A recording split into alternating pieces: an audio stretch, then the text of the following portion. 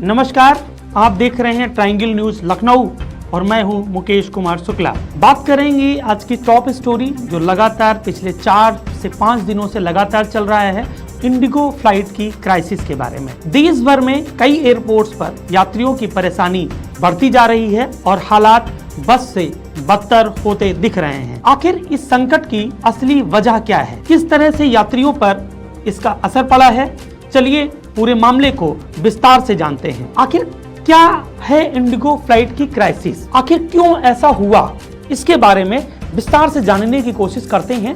बीते कुछ दिनों से इंडिगो की कई फ्लाइट्स अचानक रद्द हुई, लगातार उनका डिले चल रहा है और कई बार बिना नोटिस के रीशेड्यूल होती हुई दिख रही हैं। यात्रियों को घंटों तक एयरपोर्ट पर इंतजार करना पड़ रहा है। कई जगहों पर गुस्से में यात्रियों ने प्रदर्शन भी किया है और कई जगहों पर यात्रियों को बहुत बड़ी समस्या का सामना करना पड़ा है। तो आखिर यात्रियों को इससे जो परेशानी आ रही है, आखिर ऐसा हुआ क्यों? कई यात्रियों ने शिकायत की कि कंपनी ने समय पर कोई मैसेज या ईमेल उनको नहीं भेजा।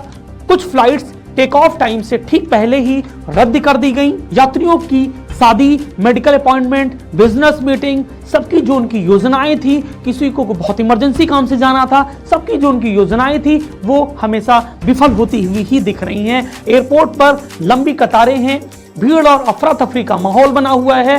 कई यात्रियों को बहुत सारे यात्रियों को बेवजह का परेशान होना पड़ रहा है। आखिर इन सबके पीछे की जो वजह है वो एक्चुअल वजह क्या है, ये हम जानने की कोशिश करते हैं।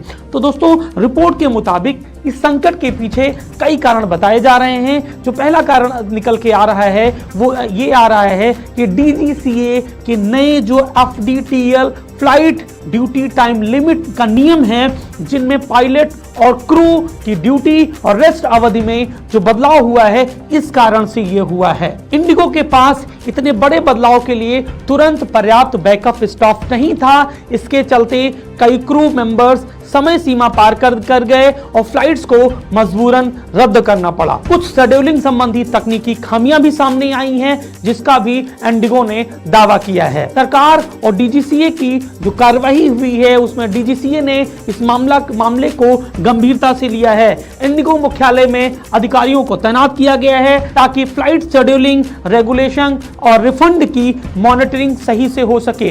कंपनी को निर्देश भी दिया गया है कि यात्रियों को सही समय पर सही सूचना मिल जानी चाहिए। इंडिगो की रद्द उड़ानों के कारण अचानक सीटों की मांग बढ़ गई, जिससे अन्य जो फ्लाइट्स थे उनका किराया भी बहुत तेजी से बढ़ा है। इसी बीच कुछ एयरलाइंस जैसे कि स्पाइस जेट ने अपनी कैपेसिटी बढ़ाने का फैसला किया ताकि यात्रियों को वैकल्पिक विकल्प मिल सकें। अगर आप आने वाले दिनों में हवाई सफर करने वाले हैं तो एयरपोर्ट पे जाने से पहले अपनी फ्लाइट स्टेटस जरूर चेक करें। अगर फ्लाइट रद्द या डिले है तो रिफंड और रीशेड्यूल ऑप्शन तुरंत देखें। वैकल्पिक एयरलाइंस और फ्लाइट टाइमिंग्स पर नजर बनाए रखें। जरूरी सफर हो तो अपने शेड्यूल में थोड़ा लचीलापन जरूर रखें, पहले से ही उसकी फ्लाइट की व्यवस्था करके रखें। दोस्तों, ये था आज का बड़ा अपडेट इंडिगो फ्लाइट क्राइसिस पर। हालात अभी पूरी तरह से सामान्य नहीं हुए हैं, लेकिन DGCA और इंडिगो मिलकर समस्याओं को दुरुस्त करने की